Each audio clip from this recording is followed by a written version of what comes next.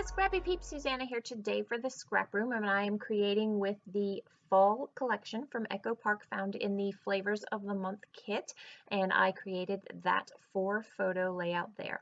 So when you subscribe to Flavors of the Month, you are always going to get a collection of embellishments. I'm showing you my collection there. 3 pattern papers, those are the 3, 2 pieces of cardstock, and then if you get the add-ons, those are the add-ons, and then that white piece of cardstock is my own.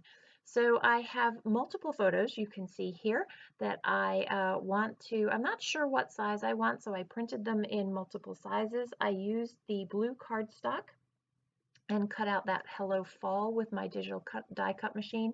And my idea is that I want to do lots of strips of various colors and then include the photos in a larger piece there. So I am playing with the patterns that I want to use and then what I want to use as the B-sides. I actually go primarily with the B-sides because the patterns are really busy, and I find that that detracts from the emphasis on the storytelling and the photos. So I don't really know what size I'm cutting here. It's really just kind of random. I believe this is 2 inches of the wood grain that is going up the top, and then at a random guess, this is 3/4 of an inch of the diagonal. I'm going to go with plaid that is going to be next, and I put that down very crooked and I see that, so I'm going to fix that. And then I know that the Hello Fall is a very big title. It's still a little crooked, but I'm not going to worry about it. And so I want that on the floral that is what's going to pull all of the colors in the layout together. And again, I know how tall the letters are, and I'm going to cut it a little bit taller than the letters and just kind of wing it from there.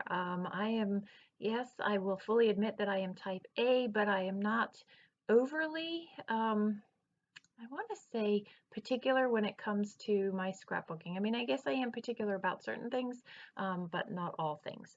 So you can see I have all of the photos in both 4x3 as well as slightly smaller, whatever 4x3 shrinks down. I never know the sizes of things because I'm really not all that particular about it. I know some of you might find that really funny. So my decision making here was, am I going to use the smaller photos or am I going to use these 3x4s and have them straight all the way across the page, or am I going to overlap them a little bit? And I decide I'm going to separate them and overlap them because to me with the overlap, it gives you the illusion of the falling leaves. It's kind of playing off of the theme of the layout there. I am going to just use some really thin craft foam to raise 1 or 2 of the photos. I think I end up going with just one of them, and you really can't tell that it's raised, but it's just enough to give you a little bit of dimension on the page. I'm going to add dimension in other ways. So you can see I haven't determined how big that blue background for these photos is going to be because I'm going to go ahead and put the photos down first and then go from there. It really is more just to frame out the photos, and that's why that tone on tone is just perfect for that. And you can see it really pops the colors in those fall photos there. So I want a little bit of a border down the bottom. My original plan was just make it easy and just go straight across, but I really wanted a scallop, a big scallop, and so again I pull out my digital die cut machine and my silhouette and just get a big fat scallop border there. And I love the way that it pulls the white from the Hello Fall background paper into the bottom of the layout, and then the orange that is also at the top. So just a fun fall layout.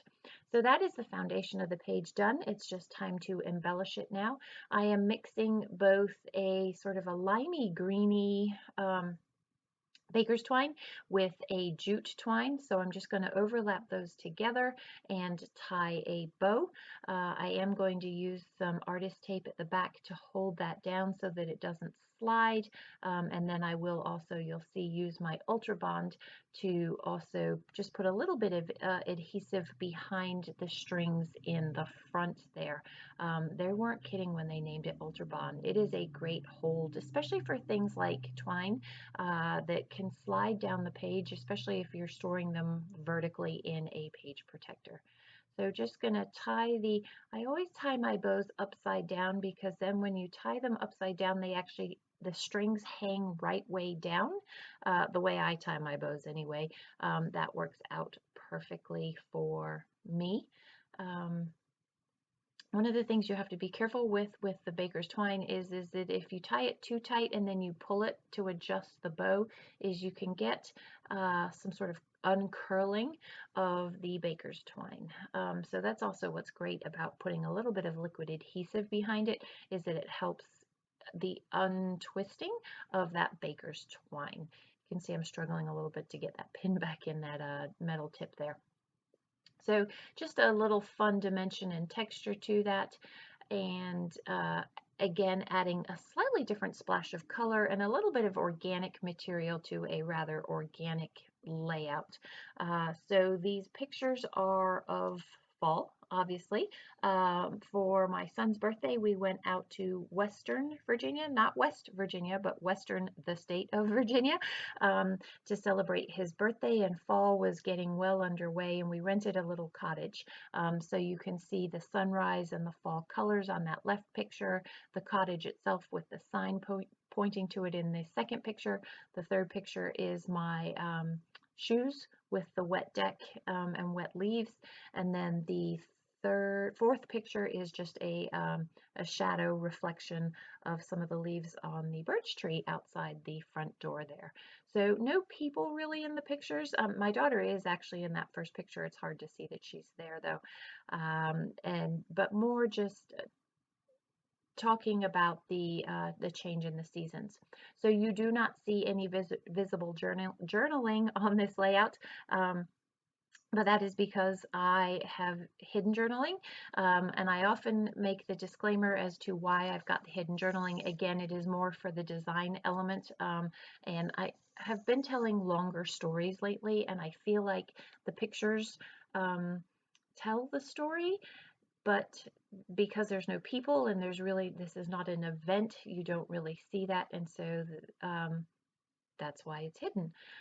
Because there's not enough room on the page. So I am playing with chipboard pieces. The chipboard is from the add-ons, the embellishment add-ons. So if you subscribe to the Scraproom kits, you will get, as I mentioned earlier, 3 pieces of pattern paper, and then for this particular kit you get a few of the ephemera, and then as well as a piece of the some stickers, a page of the stickers. The chipboards are the add-on. And so I'm trying to create a visual triangle through this, so that you go from the top right over to the left-hand side of the title where those flowers in the vase are, down to where it says Autumn Memories. And you'll see at the end of the layout that there also ends up being, from those sort of clusters, sunflowers in each of those clusters, and that is the main element. So you can see currently I have the third sunflower at the end of fall, and I end up moving that down to Autumn Memories so that you have that more visual triangle and that movement of your eye across and around the page there. So I am raising a couple of the elements off of the page with foam, again just to add a little more dimension. The way that the tags and all the words sat, it was kind of funny if I didn't have foam underneath, but I had to have the happy fall y'all, because I live in Virginia and I've never heard y'all more than I've heard in Virginia. In fact, I've started using y'all. So I had to have that, and then make today count. I just like it because it's a positive statement. So you can see where I've put that third sunflower and shifted it. While the Echo Park used to have the chipboard accents as stickers, they no longer are, so you have to come up with your own adhesive. I like this Ultra Bond adhesive because it is so strong, and definitely holds chipboard super nicely. I am struggling with embellishments at this point. I've pulled out a bunch and put out a bunch, and largely because I feel the need to use them because there are so many of them. But in the same token, the reason they all go away is because they don't serve any purpose as far as the design element and pulling the page together. If I were to have used more than I did, it literally would have been because I had them and because I could use them, but not because the design necessarily needed that.